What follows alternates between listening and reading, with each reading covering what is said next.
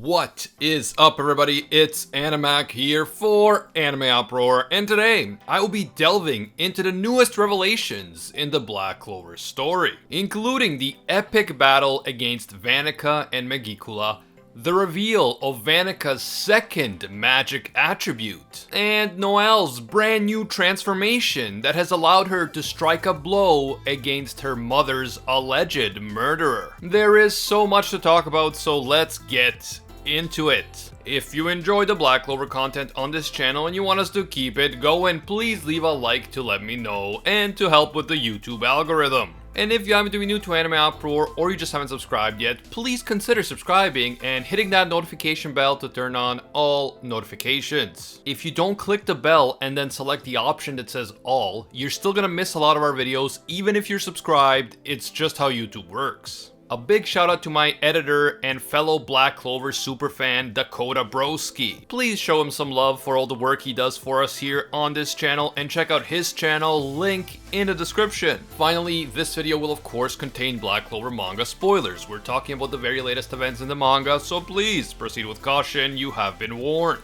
The latest chapter begins right in the thick of the battle that started at the very end of the previous chapter.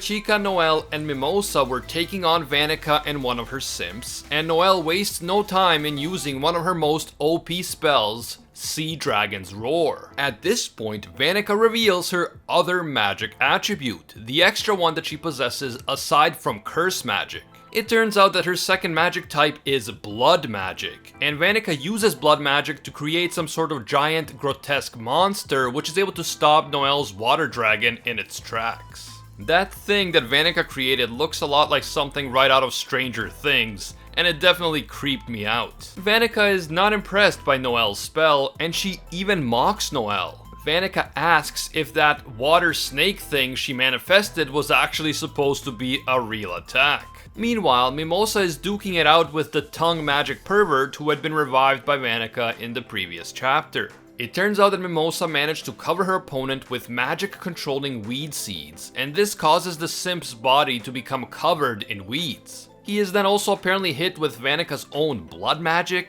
At least that's what it looks like. I'm not sure whether she hits him on purpose or whether he just got in the way. But regardless, the tongue magic pervert is fine, and he praises Lady Vanica and both of her magic attributes. This guy is truly a committed simp. Simping even in the middle of a dangerous battle and even as he himself is getting hit.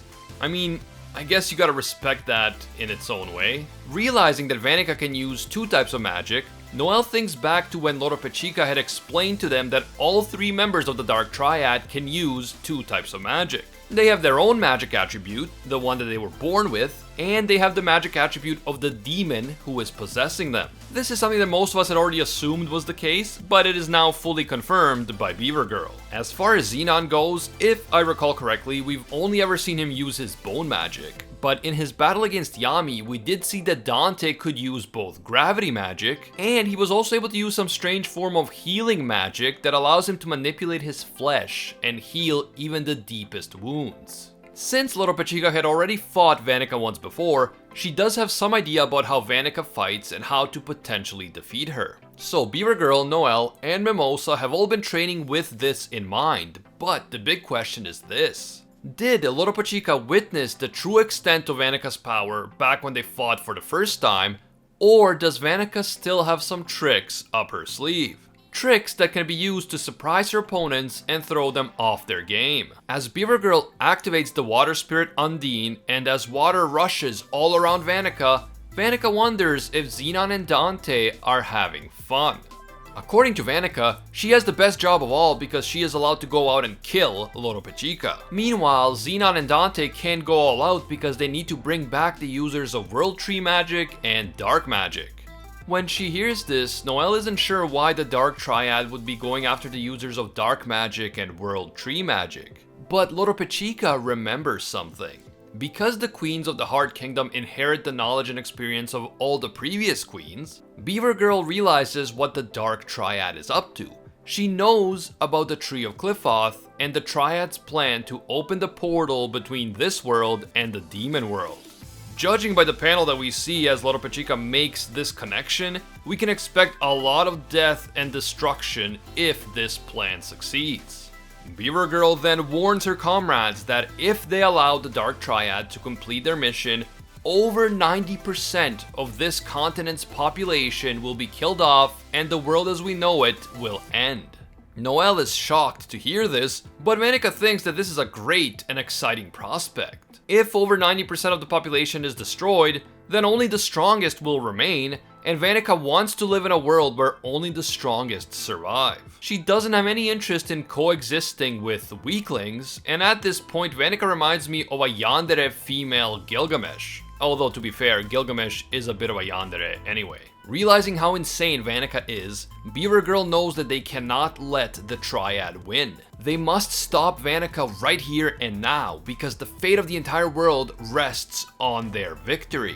Loropechica then combines Mana Zone with the rune magic of the Heart Kingdom in order to trap Vanica inside this massive cloud made of water. And according to Loropechica, this water will cut the strength of Vanica's blood magic in half, and at the same time, this water will make Noelle's magic stronger. Noelle then proceeds to use a brand new transformation, Valkyrie armor mermaid form, and she proceeds to pierce Vanica's torso with her water spear.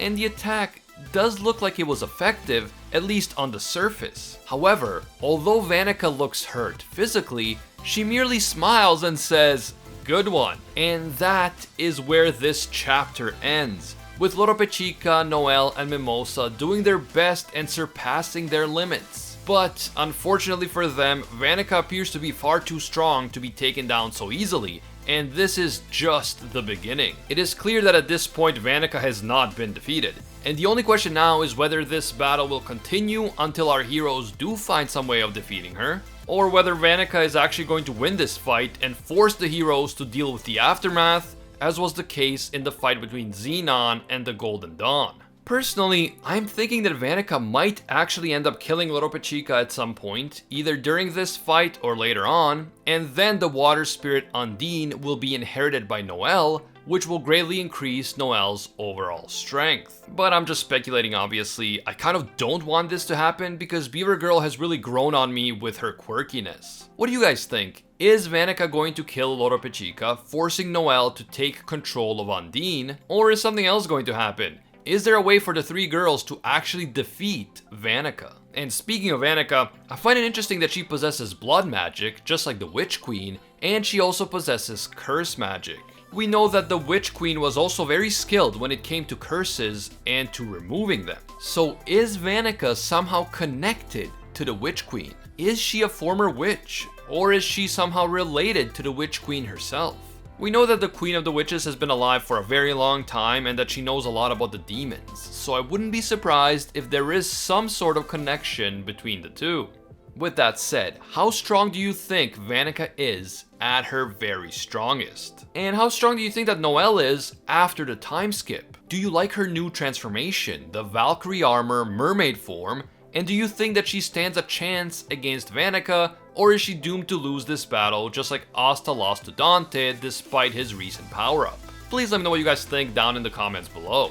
I honestly can't wait to see what happens next. I'm glad that we learned what Vanica's second magic attribute was, and I'm glad that we are finally seeing post-time skip Noelle in action. But we still need a lot more information in order to determine where this fight will actually go from here. Whatever happens though, I'm excited to keep reading this awesome series, and I hope that you are too. If you enjoyed this video and you want to see more, please leave a like to let me know. And if you happen to be new to AnimeUproar, or maybe you just haven't subscribed, please consider subscribing and hitting that bell to turn on all notifications. Feel free to hit me up on Twitter and Instagram at AnimeUproar.